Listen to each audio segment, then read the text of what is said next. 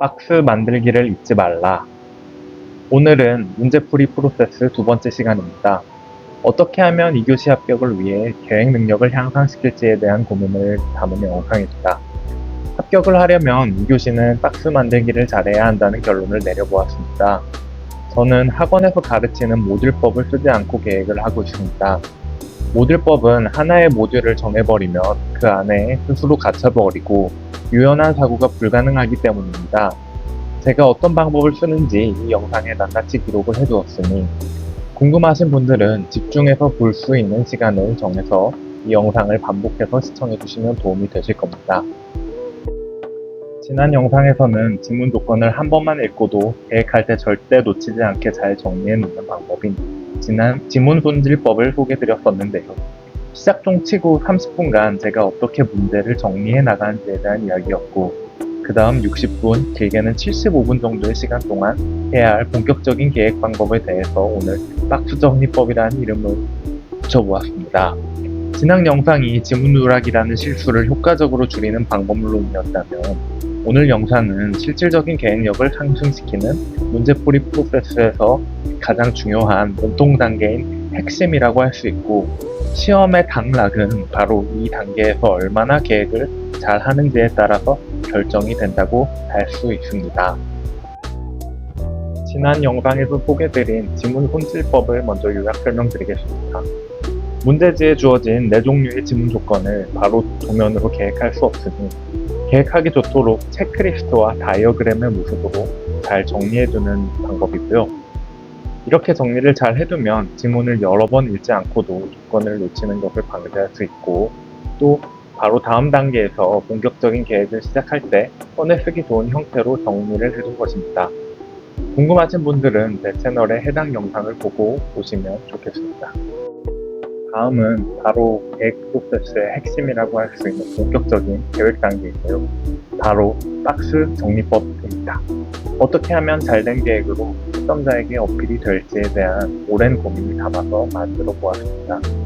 크게 3단계로 이루어져 있고, 매스 정리, 영역 정리, 각질 정리 순으로 설명드릴 예정입니다. 박스 정리법은 빠르면 60분에서 늦어도 75분 사이에 이 과정을 끝내는 것으로 생각하시면 됩니다. 본격적으로 프로세스를 설명드리기 전에 좀 더 근본적인 방향성을 짚고 넘어가겠습니다. 건축사 시험은 아시다시피 채점 기준을 공개하지 않는 시험입니다. 그러다 보니 채점 기준을 유추해내는 유일한 방법은 합격자 기도면을 일일이 열어보면서 공통점을 찾아내는 것이라 생각했습니다. 기본적으로 작도 수준은 비슷하다는 가정하에 계획에서 합격점을 받으려면 어떻게 해야 할까? 제가 수십 장의 합격 도면을 뜯어보면서 내린 결론은 이상의 3가지를 잘하는 것으로 혁명 계획을 평가한다는 것이었습니다. 첫 번째는 계획 정리입니다. 매우 중요한 내용이고 오늘의 핵심입니다. 건물의 구성을 얼마나 정리된 모습으로 합리적으로 잘 정리를 하였는가에 대한 것인데, 형태와 영역 그리고 동선 정리가 깔끔한 모습을 좋게 평가하는 경향이 있었습니다. 다음 두 번째는 지문 조건입니다. 제시된 지문 조건을 적극적으로 잘 반영하였는지에 대한 것이고, 누락 실수를 하지 않음과 동시에 지문 해석을 정확하게 해서 적극적으로 반영해주는 것이 좋겠죠. 면적 조건도 되도록 맞춰주시면 좋을 것 같습니다. 그리고 세 번째는 강론사항입니다. 법과 상식선에서 세부적인 계획 이상 없이 잘 되었는지에 대한 내용입니다. 일일이 제시된 조건은 아니더라도 주출입구는 주도로에서 들어와야 한다든지, 또 무창실을 만들지 않는다든지, 코어를 북쪽으로 배치한다든지와 등과 같은 법과 상식선의 세부사항입니다. 결국 고득점 도면을 잘 살펴보면 이상의 3가지가 무리 없이 조화롭게 잘 계획이 되었다는 것을 알 수 있었는데요. 그런데 문제는 이것을 우리가 몰라서 못하는 게 아니라는 것이죠. 공감하시겠지만 이러한 조건들이 서로 부딪히면서 모두 만족이 안 되어서 쩔쩔매는 상황이 나타나기 마련이니까요. 모든 조건을 완벽하게 추구하다 보면 완성을 못하는 참사가 일어나거나 계획 마무리가 잘 안 된 채로 작도에 들어가기도 합니다. 완벽주의자는 2교시를 합격하기 어렵다는 생각이 듭니다. 우리는 2교시 합격을 위해 완벽주의에서 물러나 힘을 빼야 합니다. 힘을 빼야 합격한다는 말은 대체 무엇일까요? 바로 우선순위를 둬서 필요한 곳에 힘을 주고 불필요한 곳에서는 힘을 빼라는 말입니다. 물론 세 가지 다 완벽하게 조화롭게 계획이 된다면 고득점으로 합격이 되겠지요. 그렇지만 우리의 목표는 고득점이 아닌 60점입니다. 모든 것을 맞추는 고득점을 노리다가 합격이 안 되는 상황이 벌어지는 것이지요. 세 가지 요소 중에 가장 힘을 줘야 할 곳은 어디일까요? 바로 계획 정리가 1순위입니다. 지문 조건은 주어진 조건이기에 누구나 실수하지 않으면 놓치지 않아서 차별화가 되지 않고 또 세부적인 강론사항에 힘을 줘서 남과 다른 포인트를 만들어낸다 한들 특별한 가점사항이 될 수 없다고 생각합니다. 정리된 계획이야말로 2교시의 가장 확실한 차별화 포인트라고 생각합니다. 지문 조건은 누구나 맞출 수 있지만 깔끔한 정리는 누구나 할 수 없는 것이기 때문인데요. 어거지로 지문 조건을 끼워 맞추다 보면 또 건물이 건물다운 건물이 아닌 시험을 위한 건물이 그려지기 쉽기 때문입니다. 결국 이 시험은 채점 기준이 존재하지만 컴퓨터가 아닌 사람이 채점하기 때문에 채점자의 주관성이 관여할 수밖에 없는 시험이고요. 건물을 한눈에 봤을 때 합리적으로 잘 정리된 계획 도면이라면 첫인상이 좋을 수밖에 없을 것입니다. 이러한 논리로 계획 정리와 지문 조건이 부딪힌다면 지문 조건을 일부 버릴 줄도 알아야 합니다. 예를 들면 세부적인 면적 조건이 안 맞거나 하나 정도의 지문 조건을 포기하더라도 깔끔한 형태로 정리가 되는 것을 최우선하는 게 맞겠다는 생각입니다. 다시 정리해보자면 60점이 넘느냐 마느냐 하는 합격을 결정하는 것은 계획 정리가 1순위, 채점 시 감점으로 작용할 수 있는 지문 조건이 2순위, 채점을 하기 부담스러운 강론사항은 3순위, 이렇게 우선순위를 새겨두고서 힘을 빼야 합격이 가능한 도면을 그려내실 수 있을 겁니다. 모든 조건을 만족시키는 것이 가능하다면 다 챙겨주시면 좋지만 이게 불가능할 때에는 이러한 우선순위를 잊지 말자는 것이지요. 그래야 고득점이 아니더라도 합격이 가능한 깔끔한 계획 도면을 그려낼 수 있다고 생각합니다. 그래서 이번 영상의 제목을 박스 만들기를 잊지 말라 라고 제가 강조를 해보았는데요. 방금 말씀드렸던 계획의 최우선순위 계획 정리는 결국 박스 만들기라고 생각을 했기 때문입니다. 앞으로 설명드릴 3단계 계획법인 매스 정리, 영역 정리, 각질 정리를 잘 하기 위해서는 박스 만들기를 일단 기억하시면 됩니다. 우리는 창의성 있는 건물을 만들면 안 되고 기능적으로 합리적인 건물을 만들었다는 것을 채점자에게 보여주어야 하기 때문입니다. 왜 하필 이런 박스인지에 대해서 설명을 드리자면 건축사 시험은 실제 건축물을 계획을 하는 것이 아니라 누군가를 그저 떨어뜨리기 위한 시험일 뿐이기 때문인데요. 일단 합리적인 건물을 만들어내는 것이 가장 안전한 방향입니다. 이 합리성은 극도의 효율성을 추구하기 때문에 직선과 박스 형태가 나오는데 반대로 창의성은 효율성을 거부하면서 색다른 공간을 만드는 것이기 때문에 곡선과 원형이 나오기도 합니다. 합리성은 건물이 기능적으로 훌륭하다는 객관적인 평가가 가능하나 창의성이라는 것은 누군가에게 훌륭해 보일 수는 있으나 또 누군가에겐 바로 탈락 대상으로 여겨질 수 있습니다.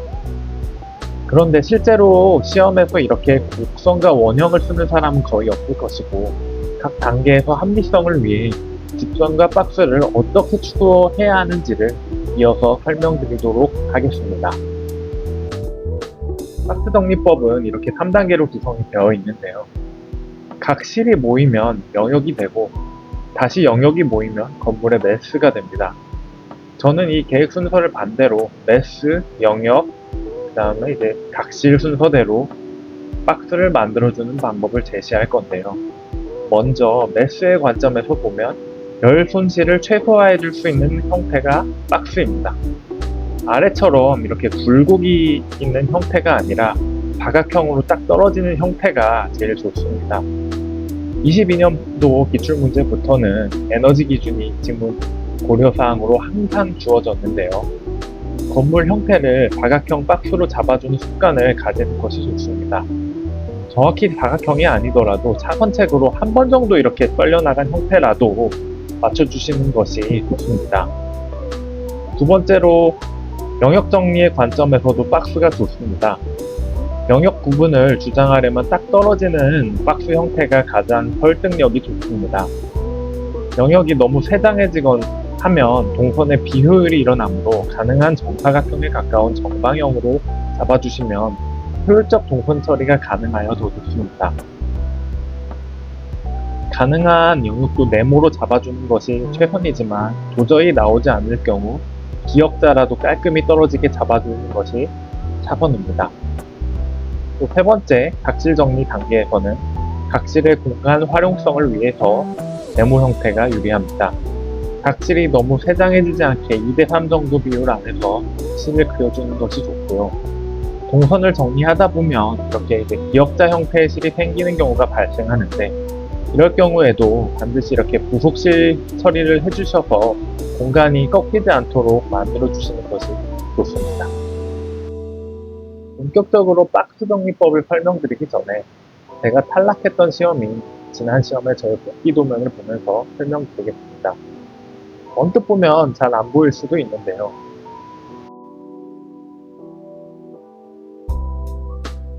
이렇게 1층과 2층의 실내와 실외를 구분하는 선을 그려보았는데 굉장히 들쭉날쭉한 형태로 그 매스가 계획을 했다는 것을 나중에야 깨달았습니다.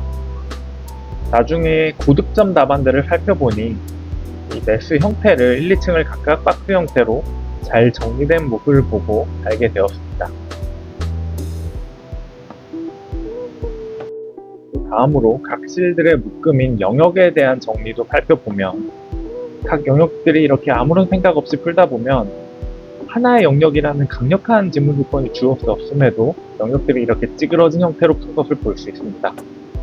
지문 조건에 파묻혀서 그것들을 맞추는 것에만 집중을 하다 보면 더 중요하다고 볼 수 있는 매스와 영역의 형태를 깔끔하게 정리하는 것을 자연스럽게 잊어버리기 때문인 것인데요.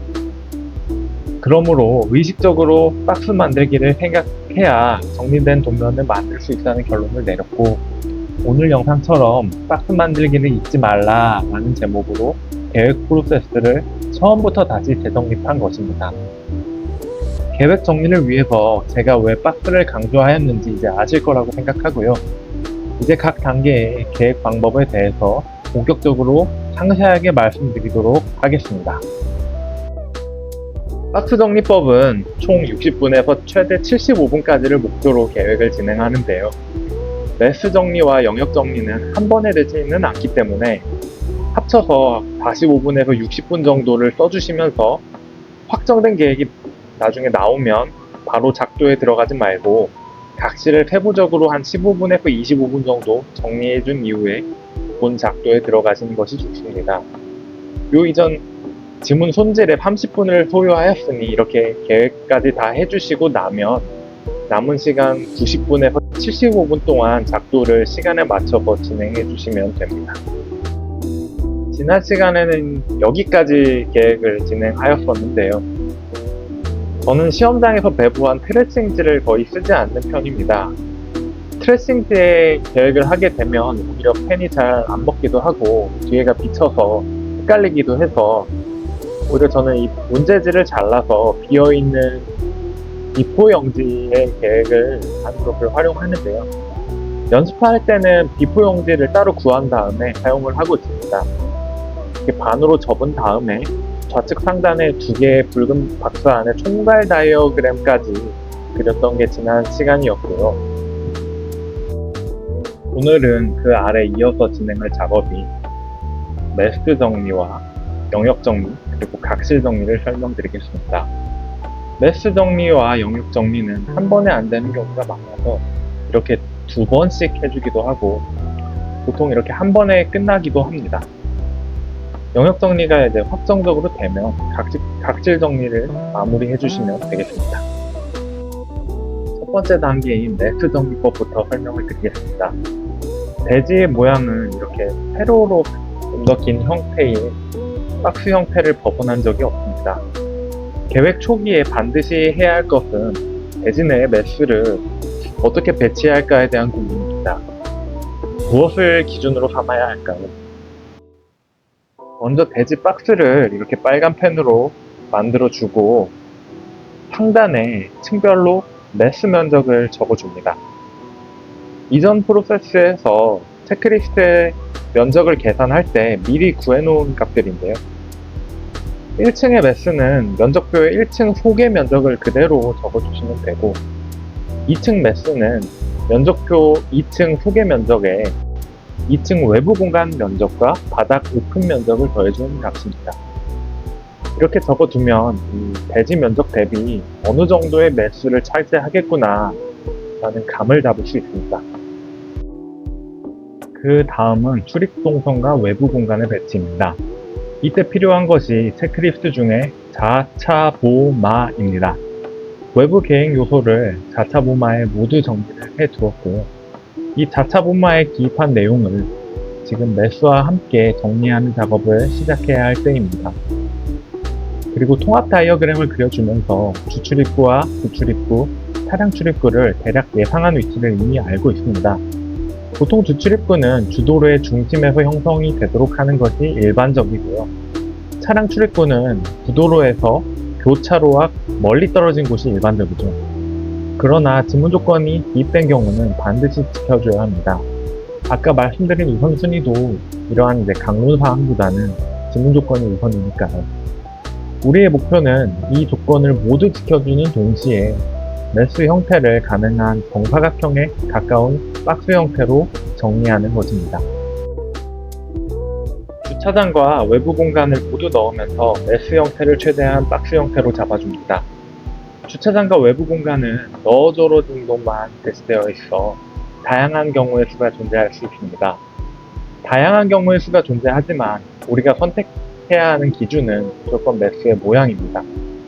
매수를 어떻게 해야 정사각형에 가깝게 정리할 수 있을까를 생각하셔야 합니다. 가장 쉽게 생각할 수 있는 방법은 매수의 단변을, 그러니까 대지의 단변을 가득 사용하라는 것입니다. 대지 모양은 시험 종이 출력 특성상 세로로 긴 형태로 무조건 출제가 되는데요. 그렇기 때문에 장변을 모두 사용하게 되면 세로로 긴 형태가 돼서 정사각형에서 멀어집니다. 반드시 이 단변을 모두 써줘야 건물이 정사각형에 가까워집니다. 그렇기에 건물의 위아래에 남는 공간을 활용하여 외부 공간을 배치하는 것이 좋습니다. 이 작업은 단순하게 그려넣는 형태가 아닌 정확한 가로, 세로, 치수까지 감안이 되어야 합니다. 매수의 가로 길이는 대지 단변에서 이격거리를 제외한 값을 최대한 사용해 주시고 1층 매수 면적을 가로 길이로 나눠주시면 세로 길이가 나옵니다.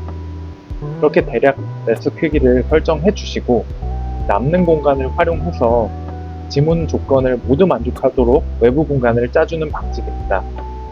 매수를 정사각형으로 먼저 두고 주차장, 경사로, 그 다음에 주요 마당의 조건들을 맞춰주시고요. 마지막으로 남는 공간에 조경을 넣어줍니다. 그렇게 1층 매수 계획을 먼저 마무리해 주시고 다음으로 2층 매수 계획을 진행합니다. 2층 매수는 1층보다 외부 조건의 영향을 받지는 않습니다. 보통 2층이 1층보다 실들이 더 많고 면적도 더 크게 주어집니다. 그러다 보니 필로티가 대부분 발생하는데 이 필로티를 1층 외부 공간 중에서 어디를 덮어줄까를 고민합니다.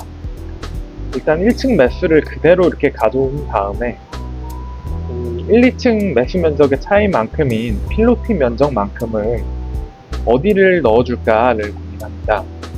필로티는 이제 비를 가려주는 기능이 있는 것 같고 그냥 아무렇게나 덮어주기보다는 진입마당이나 주차장, 경사로 같은 곳 중 어디를 덮을지를 고민해보고 이 필로티까지 포함한 2층의 매수 형태까지도 정확히 박스 형태가 되는 것이 베스트입니다. 여기까지가 매수 계획에 대한 설명이었습니다. S 정리의 다음 단계는 영역 정리법인데요. 메스 안의 영역을 박스 형태로 그리고 공용부를 효율적으로 정리하는 단계입니다. 영역 정리의 첫 번째는 그리드 구획입니다. 여기서는 정확히 스탠치 수까지는 결정하지 않습니다. 저는 모듈법을 쓰지 않는다고 말씀드렸는데 그 말은 이 단계에서 50모듈이야 혹은 60모듈이야 이렇게 정해버리지 않는다는 말입니다. 대략 몇 개의 그리드가 들어가겠구나 정도만 생각을 해보는 단계입니다.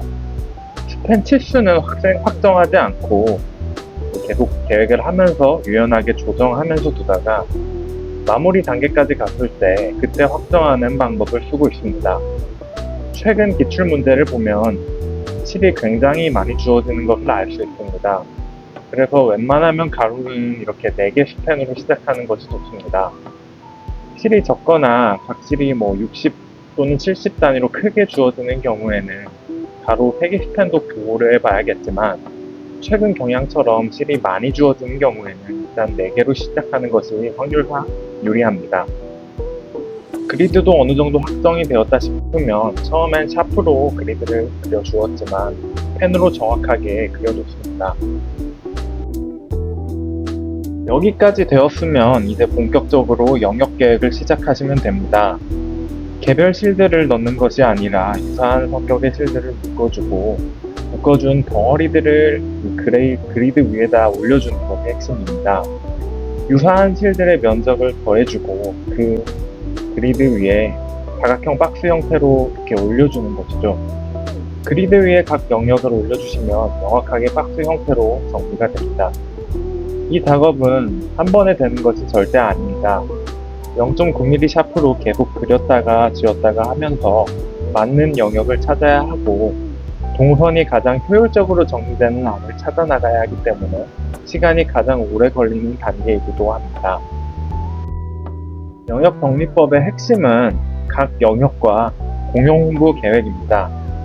각 영역을 우선적으로 깔끔하게 넣어주면서 영역을 올리고 남는 곳이 자연스럽게 공용부가 되는 것인데 이 공용부도 납득이 되도록 깔끔히 정리가 되어야 합니다. 공용부는 되도록 중앙이 좋고 영역은 가능한 건물의 바깥이 좋습니다. 공용부는 각 영역을 연결해주는 수평 동선과 외부로 이어지는 수직 동선이 되어야 하기 때문에 중앙에 있어야 가장 효율적인 동선을 만들 수 있고 각 영역은 채광과 환기가 잘 되어야 하기 때문에 중앙이 아닌 사이드로 배치하는 것이 좋습니다. 영역 정리는 해보시면 알겠지만 생각보다 바로 되지는 않고 시간을 가장 많이 잡아먹는 단계라고 생각하시면 되겠습니다. 이때 또 같이 챙겨 나가야 할 것이 체크리스트의 평직 중입니다. 여기 이렇게 적어준 내용들은 공용부를 어디에 어떻게 해야 할지 지문에서 제시되었던 내용들인데요. 지금 영역 정리 단계에서 반드시 빼먹지 말고 고려가 되어야 합니다. 이 덩어리로 넣어둔 영역을 이리저리 배치하면서 공용부 조건을 만족시켜 주셔야 합니다. 수평 동선 계획에서 가장 중요한 것은 직선입니다. 직선이라는 것은 두 점을 잇는 가장 짧은 선이죠. 그러니 동선 효율이 가장 좋고 시각적으로도 인지성이 뛰어납니다. 그래서 복도와 주출입구, 구출입구와 같은 동선은 가능한 직선으로 만들어줍니다. 그리고 로비와 홀은 이러한 수평 동선이 중간에 이렇게 확장된 형태로 또 각 영역의 중심을 잡아주는 공간이라고 생각을 하시면 좋겠습니다. 또 가장 어려운 것 중에 하나가 수직 요소에 대한 배치입니다. 영역을 이렇게 잡았을 때 1층과 2층을 각각 잡았을 때 가능한 수직 요소 배치 모듈은 위층과 아래층에서 동시에 비어있는 공간입니다. 빨간색으로 표시된 구간이 위아래 동시에 남는 구간이고 여기에 평직중 중에서 질게 해당하는 코어와 부계단 그리고 바닥 오픈 위치 같은 것들을 빨간색 위치에 잡아주시면 됩니다. 그런데 동시에 남는 공간이 애매해서 코어 위치나 오픈 부위 위치를 잡는 것이 불가능하다. 그러면 이 영역 자체가 잘못되었다는 것이기 때문에 이리저리 또 이 영역을 옮겨주면서 위아래로 동시에 남는 공간이 나올 때까지 그렸다 지웠다 반복해주면서 가장 마음에 드는 안이 나올 때까지 반복해주시면 됩니다. 코어 위치를 잡는 방법은 이렇게 1, 2층 동시에 남는 공간 중에서 로비 접근성이 좋은 곳으로 잡아주시는 게 1순위이고, 다음으로 이제 에너지 관점에서 남쪽을 피해서 북쪽에 잡아주는 것도 힌트가 될 수 있습니다. 그리고 만약에 북계단 같은 북코어가 있는 상황에서는 피난 동선을 위해서 가능하면 두 개의 코어를 멀리 벌려주시는 것이 좋습니다. 수직 동선까지 완성하고 나면 이제 마지막으로 화장실을 배치해 주시면 되는데요. 공용 부위 중에서 마지막으로 남는 공용 부위에 각 층에 화장실을 넣어주시면 됩니다. 화장실 또한 가능하면 1, 2층 위치를 일치시켜주는 것이 더 좋지만 그게 안 될 경우에는 따로 두셔도 합격에는 큰 지장이 없습니다. 영역 정리는 마치 수도쿠 퍼즐을 푸는 것처럼 1층의 영역과 2층의 영역 그리고 수직 동선이 동시에 만족되도록 계속 완성될 때까지 반복해서 수정을 하면서 그려주는 것이 핵심입니다. 여기까지가 이제 가장 중요하고도 어려워 시간을 가장 많이 잡아먹는 영역 정리에 대한 설명이었습니다. 영역 정리가 다 되었다면 계획의 80%는 마무리가 된 상태라고 생각을 해주시고 다음 단계로 마음 편히 넘어가 주시면 되겠습니다. 마무리 단계인 각실 정리 단계입니다. 덩어리로 계획을 해놓은 각 영역을 쪼개서 각질로 세부 계획을 해주는 단계입니다. 큰 틀에서는 어느 정도 계획이 끝났기에 이제 작도를 들어가기 전에 세부적인 계획을 작도하기 편하도록 정리해주는 작업입니다. 각실을 구획해주고 출입문도 다 잡아주고 기둥 위치와 스텐의 정확한 길이까지도 이때 확정을 합니다. 각실을 구획하실 때 대표적인 주의사항 3가지를 먼저 말씀드리겠습니다. 먼저 각실은 지나치게 세장해지면 안 됩니다. 하나의 스팬을 이렇게 2개의 실로 나눠야 되는 상황이라면 세로로 끊어주면 세장해지게, 가급적이면 가로로 끊어주시면 좀 덜 세장해지는 것을 알 수 있습니다. 두 번째는 기둥의 위치입니다. 기둥의 위치는 실 중앙에 두지 않습니다. 기둥이 벽에 이렇게 잘 물려 있어야 하고 실 중앙에 위치하면 공간의 기능이 저해가 되기 때문인데요. 다만 절대 원칙은 아니기 때문에 실의 면적이 100이 넘어간다 그러면 중앙에 하나 정도의 기둥은 실 효율에 큰 영향을 주지는 않기 때문에 무방하다고 생각합니다. 그리고 이제 이형식인데요. 각실의 형태는 박스 형태로 잘 떨어지게 만드는 것이 가장 좋습니다. 이형식이 된다면 앞서 설명드렸다시피 기능이 좋지 못하는 거기 때문에 이렇게 꺾여진 부위가 어쩔 수 없이 생기는 상황이라면 정리된 형태를 만들어주기 위해 여기에다가 이제 주방이라든지 샤워실 같은 이제 부속실을 여기다가 넣어주시면 깔끔한 형태로 정리를 하실 수 있습니다. 영역을 각실로 구획할 때 대표적인 조합을 숙지해두면 빠르게 계획하는 데 도움이 됩니다. 다음은 대표적인 실 조합의 형태입니다. 복도를 통해서 각실로 진입하는 방법과 전면 홀을 통해서 각실을 진입하는 방법이 있고 또 하나의 실이 이렇게 통과동선이 돼서 다른 실이 부속되는 형태도 종종 등장합니다. 이것 말고도 다양하게 가능하므로 많은 사례들을 더 찾아보시고 미리 숙지해 두시면 계획을 하시는 데 도움이 되실 것입니다. 기둥의 스팬 간격은 계획의 마무리 단계인 지금에 와서야 확정을 해주시면 되는데요. 앞 단계에서 미리 확정해버리면 유연한 계획에 방해가 됩니다. 그래서 계속 말씀드렸지만 저는 학원에서 알려주는 방식은 모듈법을 쓰지 않고 마지막 세부 계획 단계에서 기둥 간격을 최종 픽스합니다. 스팬을 정하는 원칙은 구조적인 효율성을 위해서 너무 넓어도 안 되고 너무 좁아도 안 됩니다. 그래서 6m에서 9m 사이에서 결정하는 습관을 가지는 것이 가장 좋습니다. 그 사이에서 결정하되 모듈법에서 쓰는 그 300mm 단위로 주로 6m, 6.6m, 7.2m, 7.5m, 주차장 세대가 들어가는 8.1m, 그리고 실과 복도까지 함께 넣기 좋은 9m, 이렇게 많이 활용을 하고 있습니다. 그리고 이렇게 오른쪽을 보시면 간단한 2x2 스팬 샘플인데요. 이 작은 건물을 계획한다고 했을 때조차도 각 스팬을 어떻게 하느냐에 따라서 45 모듈, 55 모듈, 그리고 70 모듈까지도 만들 수가 있습니다. 영상 초도에서 설명드렸다시피 저는 모듈법을 사용하지 않는데, 모듈법을 쓰면 거기에 매몰되어 갇혀버리기 쉽기 때문인데요. 면접표를 보면서 이 건물은 50 모듈이야, 55 모듈이야 이렇게 딱 정해놓고 쓰기보다 스팬 길이를 조금씩 조정하면 다양한 모듈을 한꺼번에 구사할 수 있기 때문에 저는 모듈법을 사용하지 않고 계획을 시작한 후에 마무리 단계에서 스팬을 유연하게 조정하면서 면적을 비슷하게 맞춰주는 방법을 쓰고 있으니 참고하시면 되겠습니다. 또 계획을 하다 보면 이런 상황이 생기기도 하는데요. 실과 실 사이에 복도가 끼어져 있는 형태인데 복도를 좌측으로 기둥을 박아야 할지 복도 우측으로 기둥을 박아야 할지 선택해야 합니다. 이렇게 보면 왼쪽처럼 하나, 이렇게 하나 상관없어 보일 수 있는데요.